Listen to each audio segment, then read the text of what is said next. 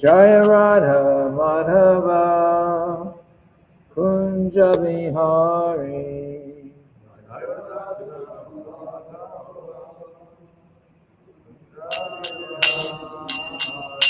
Jaya Radha Madhava Kunja Vihari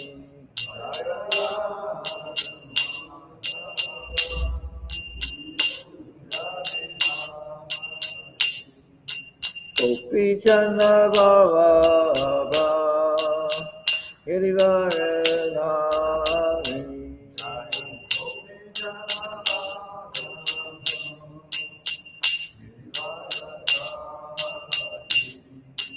Gopi Chandra Baba Girivaradhari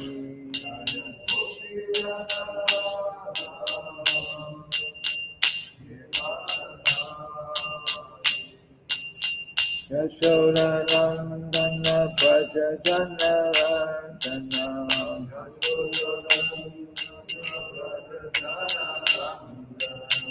Yashoda Nandana Praja Janarandana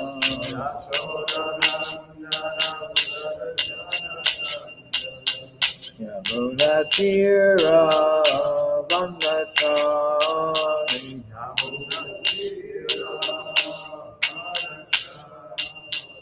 Yamuna Tira Vandachari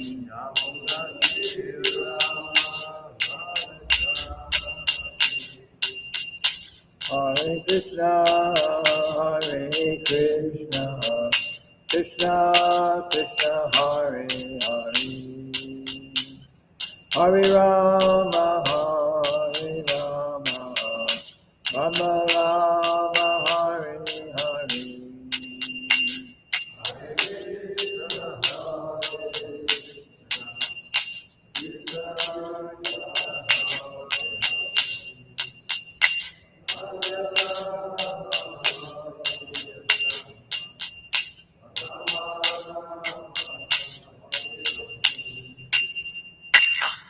Srila Prabhupada ki jai.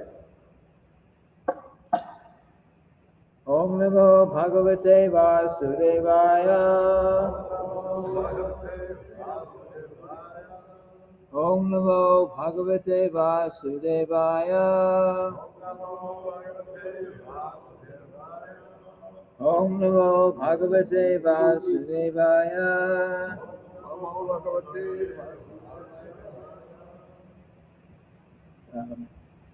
So reading from Srimad-bhagavatam, 9th Canto, chapter 24, and as far as I know, we're starting with verse 1. We didn't go down to verse 1, did we? It's rather the introductory summary. So, and there are many, many verses here without purports, so it'll be first purports around verse 55. And then after that, then there's many purports, but the first one will come then. So, we'll start. The chapter is called Krishna, the Supreme Personality of Godhead, and this is the last chapter before the 10th canto, which of course is about Krishna, the Supreme Personality of Godhead. Shri Sukha Uvacha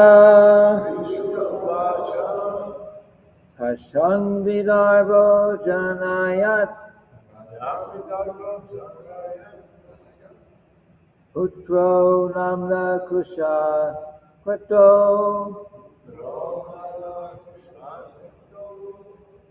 Tritiyam Ramapadam Cha Vidarbha Kula Nandanam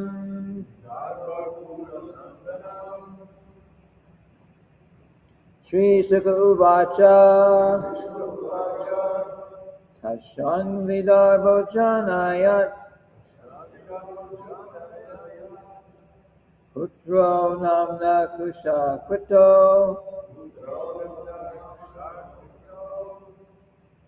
Pritiyang Romapadang cha.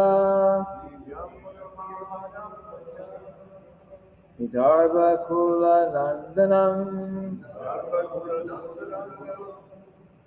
Tatsang vidarbha chanayat.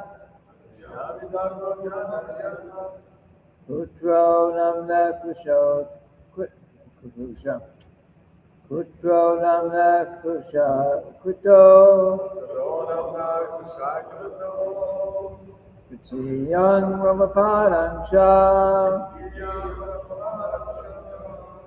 Vidarbha kula nandanam.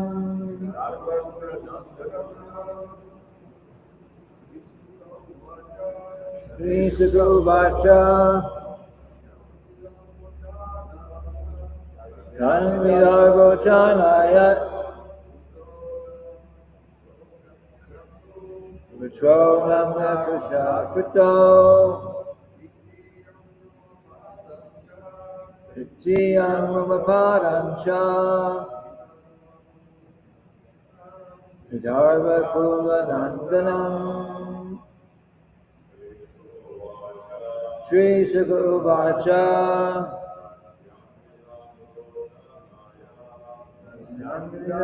Chanayat Namna Kusha Krito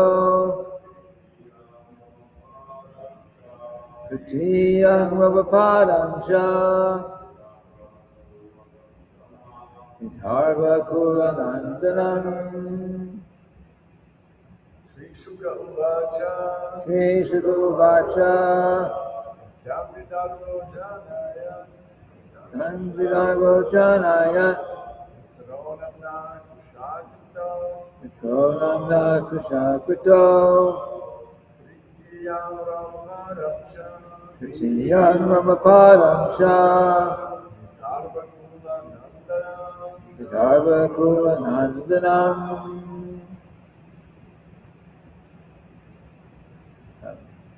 So word for word.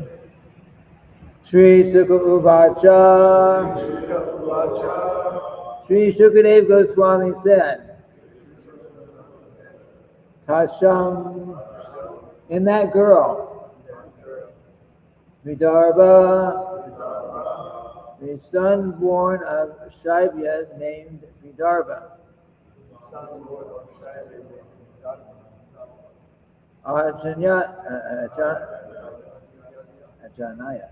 Janaya gave birth Putro to two sons, Namna by the name Kusha and Krata. Kritiyang and a third son, Ramapadam Cha, Ramapad also. Vidarbha Kulanandanam,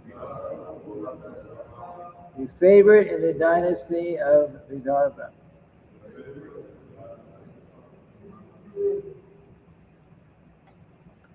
Sukadeva Goswami said, by the womb of the girl brought by his father, Vidarbha begot three sons, named Kusha, Krata, and Ramapada.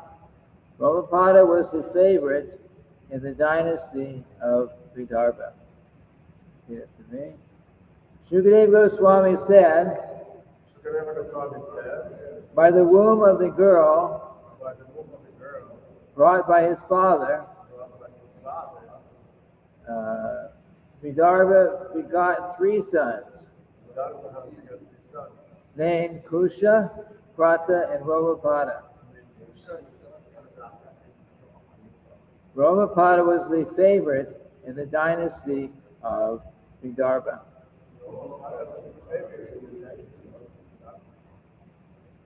So there's many versions of that purport here. We'll read forward. The son of Ramapada was Babru, from whom there came a son named Kriti.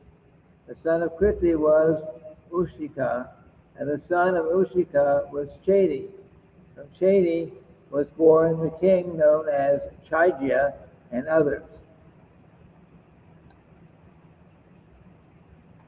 The son of Krata was Kunti. The son of Kunti, Vrishni. The son of Vrishni, Nivriti. And the son of Nivriti, Dasharha. From Dasharha came Vyoma. From Vyoma came Vimuta. From Vimuta, Vikriti.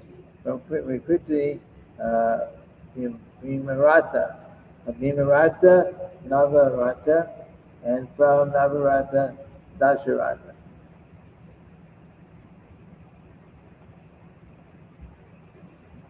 From Dasharat came a son named Shakuni, and from Shakuni a son named Karambi. The son of Karambi was Devarata, and his son was Devakshattra. The son of Devakshattra was Madhu, and his son was Puruvasha, from whom there came a son named Anu.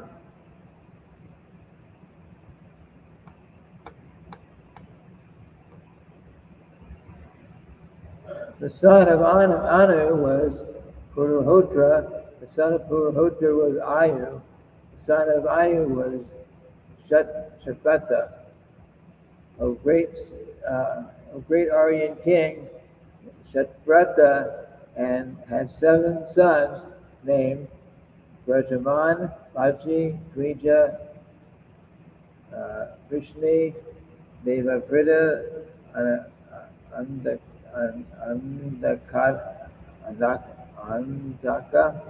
and Mahabhoja. From Vajana, by one wife came 3 sons, named Loki, Kinkara, and Krishna. And from his other wife came 3 other sons, Satyajit, Sahasrajit, and Ayutajit.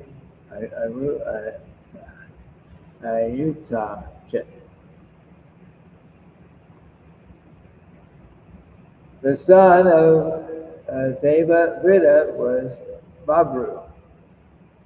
Concerning Devavrita and Babru, there are 2 famous songs of prayer which were sung by our predecessors and which we have heard from a distance. Even now I hear the same prayers about their qualities, because that which was heard before is still sung continuously.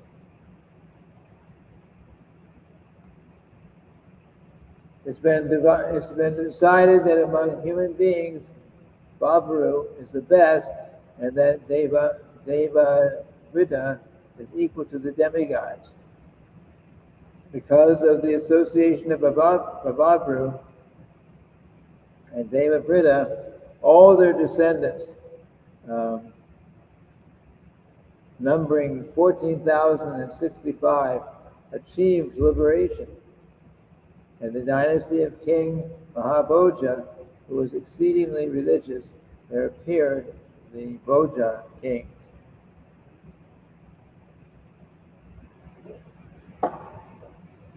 Imagine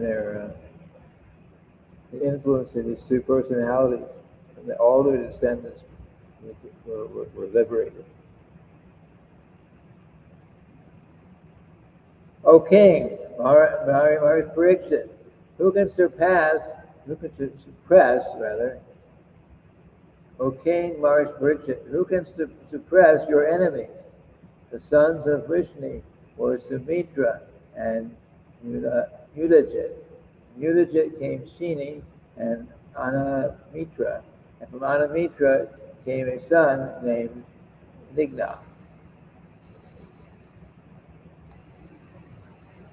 The 2 sons of Nigna were Shatrajit and Prasena.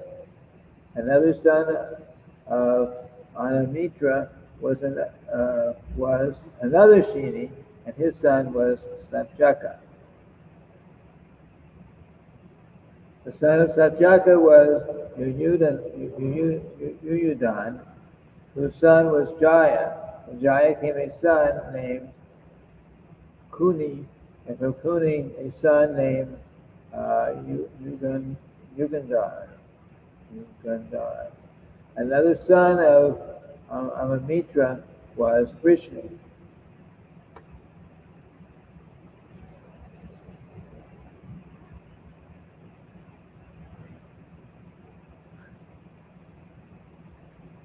From Vrishni came the sons named Swapalka and Chittaratha. Swapalka, by his wife Gandhini, came Akrura. Akrura was the eldest, but there were 12 other sons, all of whom were most celebrated. The names of these 12 were Asanga, Saramaya, Madura, Madhudwit, Hiri, Dharmapritha, Sukarma, Ketopeksha, Ari Mardana, Satruyagya, Gandhabhada, and Pratibahu. These brothers also had a sister named Suchara. From Akrura came 2 sons named Devagan and Upadev. Chittaratha had many sons headed by Prithu and Viduratha. All of these were known as belonging to the dynasty of Pushni.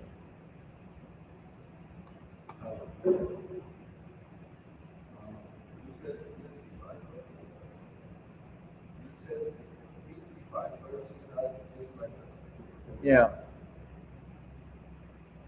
You want to skip over it?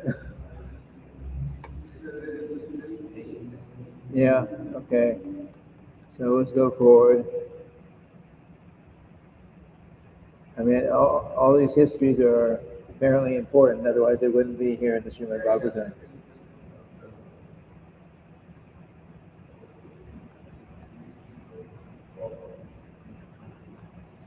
Oh, there's a small purport. I missed that one. Okay, so we'll read this verse. Okay, we'll read this verse. There was one purport in there, 455. The sun god said, "O beautiful Prita, your meeting with the demigods cannot be fruitless. Therefore, let me place my seed in your womb so that you may bear a son. I shall arrange to keep your virginity intact, since you are still an unmarried girl." Purport. Yeah, okay. Well, I guess that's what. Let's back up a little bit.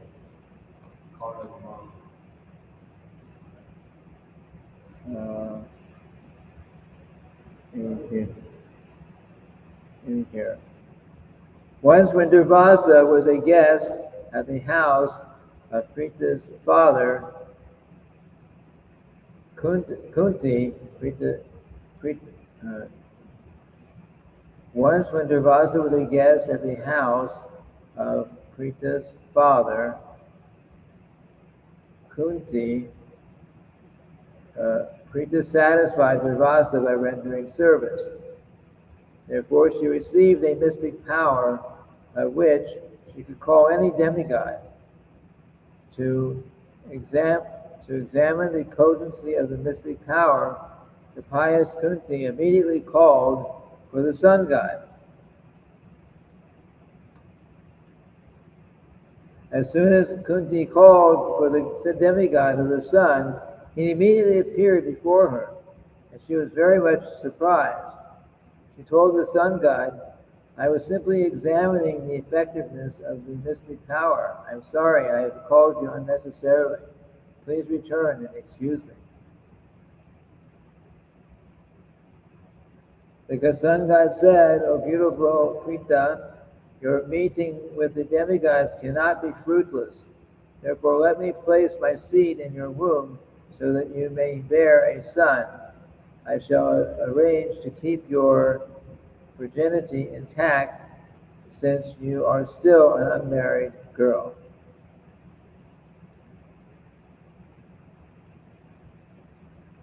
Purport, Ritual Prabhupada. According to Vedic civilization, if a girl gives birth to a child before she is married, no one will marry her. Therefore, although the sun god, after appearing before Prita, wanted to give her a child, Prita hesitated because she was still unmarried. To keep her virginity undisturbed, the sun god arranged to give her a child that would come from her ear. And therefore, the child was known as Karna. The custom is that a child should be married, akshata yoni, that is, with her virginity undisturbed. A girl should not bear a child before her marriage. So, yes, that's the Omagana Tilaranda Shakina Tana Shilakaya Takshru Vanitamina says my Shri Guru. Yes, so that was a Vedic civilization. One of the qualities of Vedic civilization, unlike modern times. A Vedic civilization, a girl would not be married, would not have children, would not have sexual relationship before she was married. It was just considered uncivilized. So, but here's this great saintly person, Kunti, who was she was given this benediction. She could call any demigod any time, and so of course she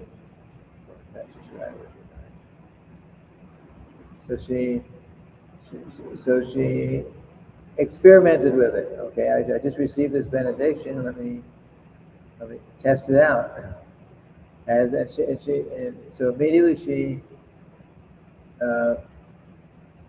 chanted the mantra or performed. I'm not exactly sure how the benediction went, but she called for the sun god. So the sun god, very important demigod within the universe, he immediately appeared there before her.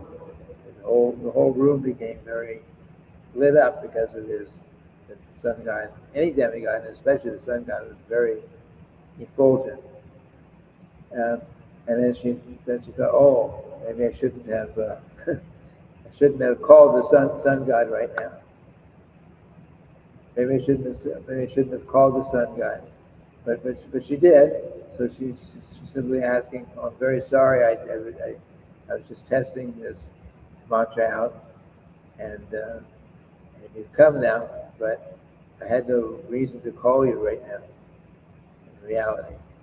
So she, but the sun god, he said you cannot whimsically call the demigods. You cannot whimsically call. So you called me, so I must be here for some purpose. And so he suggests that I can give you a son. I can give you a son, but I know you're not married yet, so the son will be here in some other way besides the usual method, and then you'll still be considered to be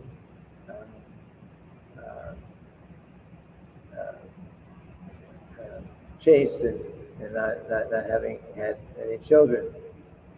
Of course, there's a whole history after that, because the son was there, what to do. got a son and I'm still not married. So I think what did she do? She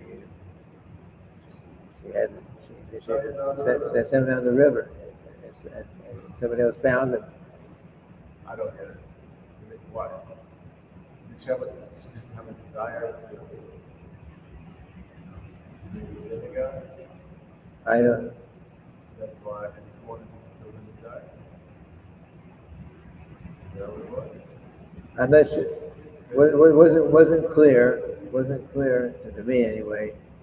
The actual purpose for calling on the demigods. It didn't say it in the purport anyway. But the sun god, when he appeared, he immediately was expecting that he would give her a child. Because he doesn't get called for other reasons. Or maybe the specific mantra or whatever she was chanting was specifically for that purpose. Anyway, the sun god came specifically for that purpose. He was expecting to give her a child, and he also understood that she was not married, so he was like he had such ability that he could give her the child, and she was still who would not be born in a normal way, and immediately that child appeared through her ear. It's hard to imagine how these things can happen, but this is the description in the Srimad-bhagavatam especially. And of course, there are many extraordinary things that are described in the Vedas in general, and Mahabharata, which is part of the extended Vedas. There are many things that we cannot understand. We can't really fully understand them, but the knowledge is there, and we can learn from them. You know, just like in the Srimad-bhagavatam, 5th Canto, Srimad-bhagavatam, there is a very detailed description of the universe, the structure of the universe, right? And if you try to understand the structure of the universe, if you try to compare that description to our modern, what modern astronomers and scientists describe the universe as, it is quite different. And of course, I also cannot very much understand these things, but Srila Prabhupada gave some hints regarding the structure of the universe based on Srimad-bhagavatam, and based on that, our temple in Mayapur, which is the temple of the Vedic planetarium, I've never been there. I've never seen it. I've never directly seen it. But the idea is that is to show, based on the Vedas, here's actually how the structure of the universe is structured. But in reality, we human beings, we cannot actually. There's certain things in the universe that we actually cannot directly see. There's certain things that demigods can see, but we cannot see them because it's a different level of sensual perception, our ability to see and hear, and so on. The demigods, they're in a higher position, and they can see how the structure of the universe is actually constructed.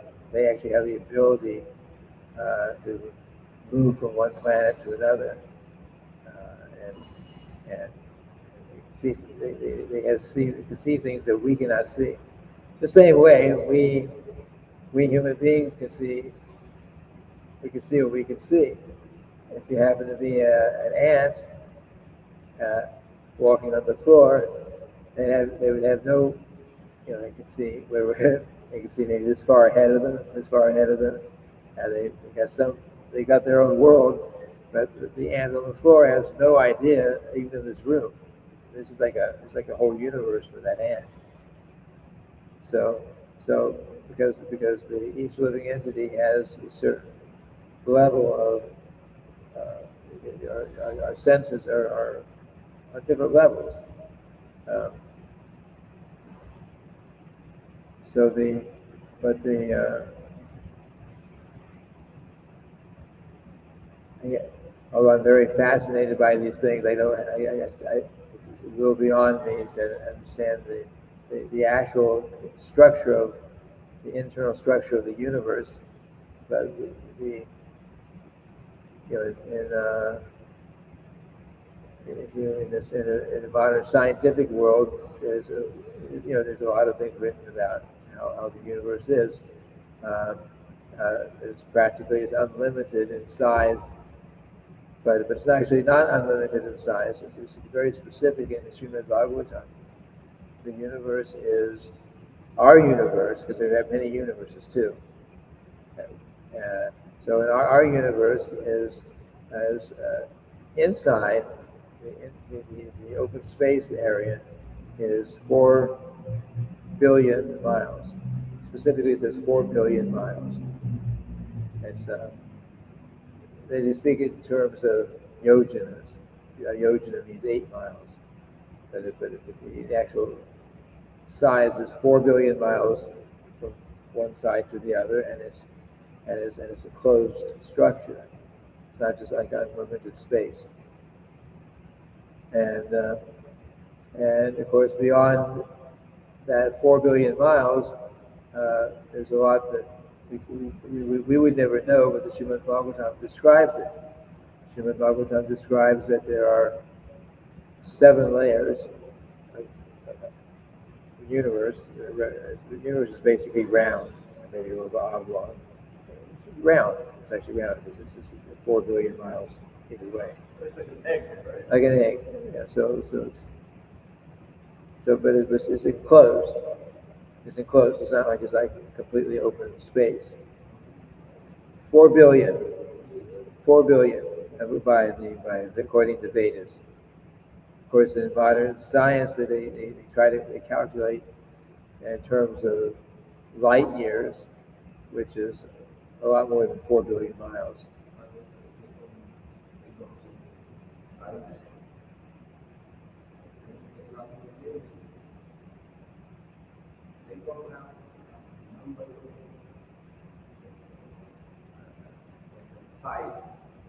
No, they don't. They don't.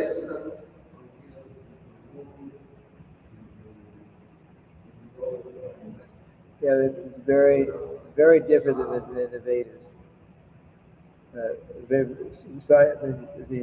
distances from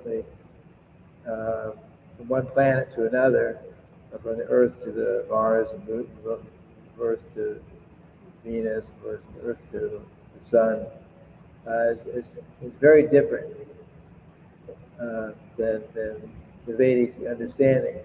So it makes it very, you try to preach to someone about the structure of the universe, and they have a little knowledge of material science.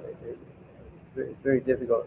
But Srila Prabhupada considered it so important that we show the structure of the universe, and they actually built that temple in Mayapur. So it's not just a big temple; it actually shows here's how the universe, according to the Vedas, is actually made up. And of course, how the universe is made up, and according the Vedic version, it's the actual version, it still accounts for the certain things that we can see.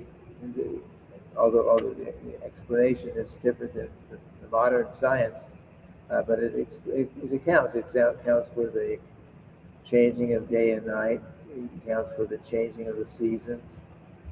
The sun is higher one place, and the universe is, or our relationship to the Earth is, the sun is a little more up here, sun is down here a little bit more. Anyway, somehow or other, the things that we can observe and have some explanation for them as far as the Earth, how the planets work within the universe.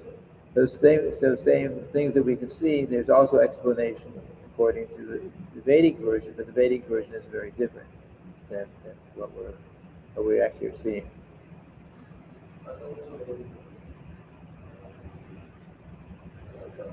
the structure of the conception of how a strong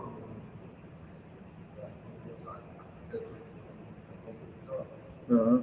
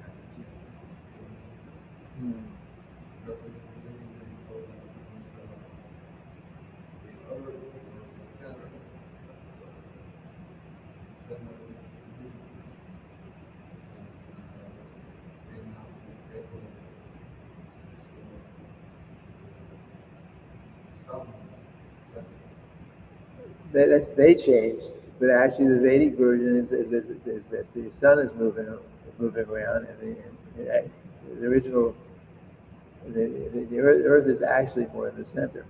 It's part of the blue mandala. The sun is actually going around.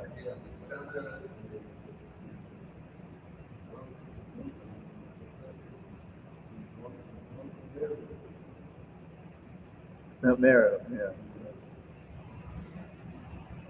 So as I'm saying, someone might say, okay, there's this Mount Meru and this Brahmandala and all this. Why can't we see it? If it's there, why can't we see it? And the reason is that we, as human beings, there are certain things that we don't have the sensual perception to see certain things. We just don't have it. Just like I gave the example of the ant. The ant can't see what we can see, and we cannot see what the demigods and the higher planets can see. It's just Water can see from the mouth.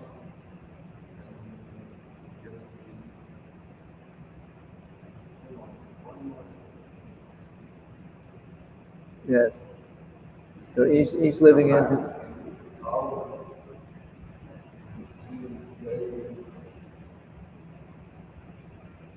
Yes, we're going to give an example actually. The vulture. His eyesight is very good, but what is he looking for? He's looking for some dead animal somewhere, or some animal's going to die so that he can eat. So, so anyway, the universe. This is Srila Prabhupada considered that this. Srila Prabhupada didn't say he didn't reject science. He was rejected is in modern time. It's called there's a term scientism, which is basically just this idea that the only way we can the only way you can understand anything in this world is by trial and error, experiment and like that. They say that's the only way. But yeah, which you can directly experience by sensual perception or your extended sensual perception. They say that the only way you can understand anything is by what you can see and either these senses or with your extended senses like microscopes and telescopes and other kinds of instruments. But actually, that's not the only way you can understand what's going on. What you can understand what's going on in the universe based on basically from the Vedas. And in fact, the Srila Jiva Goswami wrote his Sandarbhas. And the first of those Sandarbhas is called the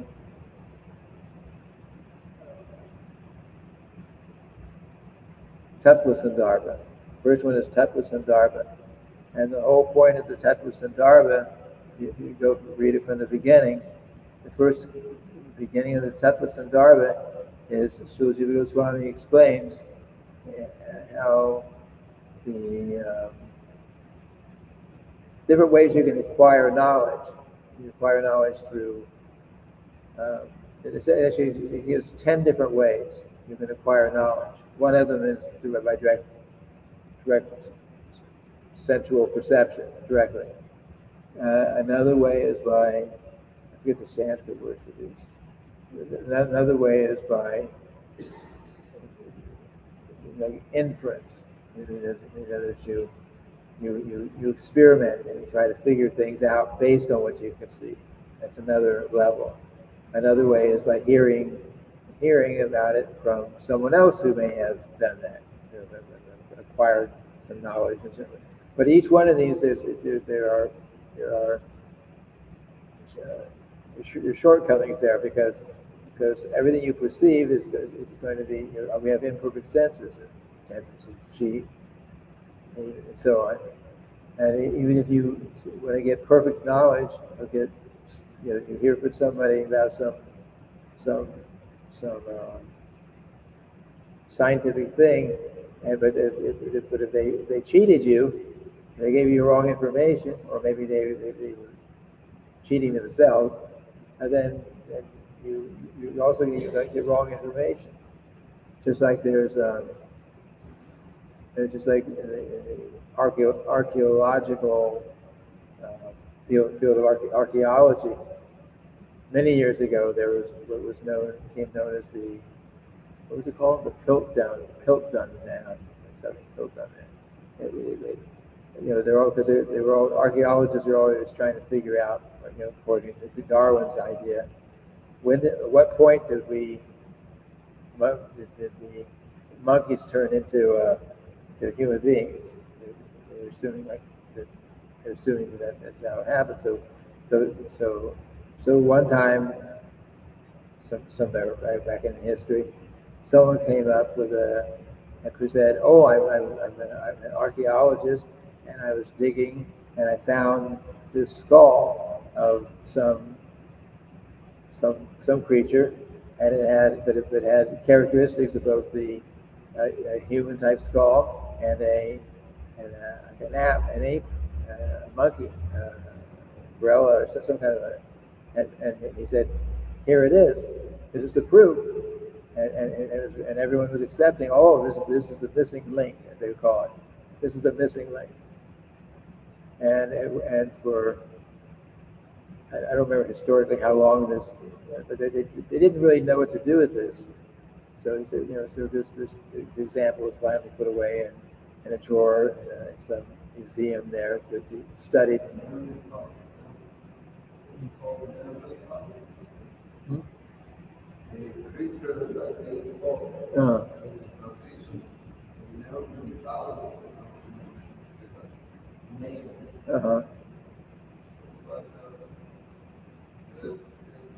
But the point is that later on, much later on, when there's more better ways of testing certain things, they realized that it was all a hoax. They realized it was a human skull and a monkey, a big monkey, an ape jaw, and they put it together, and there were certain things that patched it. And somehow they couldn't understand that before, but later on they realized. So the point is that the cheating mentality. Somebody didn't just find that. They actually manufactured it and made themselves famous as the one who found the missing link. And but maybe 100 years later, somebody realized, hey, this is not. It's not like that. So So anyway, Srila Jiva Goswami has given great detail. He's given many, he's analyzed all these different 10 ways of acquiring knowledge, and but one of those ways of acquiring knowledge is shabda. Shabda means it basically means spiritual knowledge. It means the Vedas, and then he goes on to the conclusion of the Tattva Sandarbha is that not only is the best source of knowledge from the Vedas, but specifically from the Srimad-bhagavatam.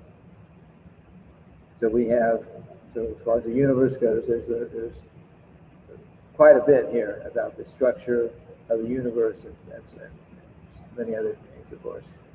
So that's the and then the second of the Sandarbhas is called the Bhagavat Sandarbha. So the first one is just to explain why the Bhagavat Sandarbha, the Srimad Bhagavatam, is the most important, and then the Bhagavat Sandarbha is the second, and there's a Paramatma Sandarbha, and there's a Krishna Sandarbha. I don't recall all of it, but little by little he goes up to the point where you come to the final conclusion, of course, is the highest perfection of life.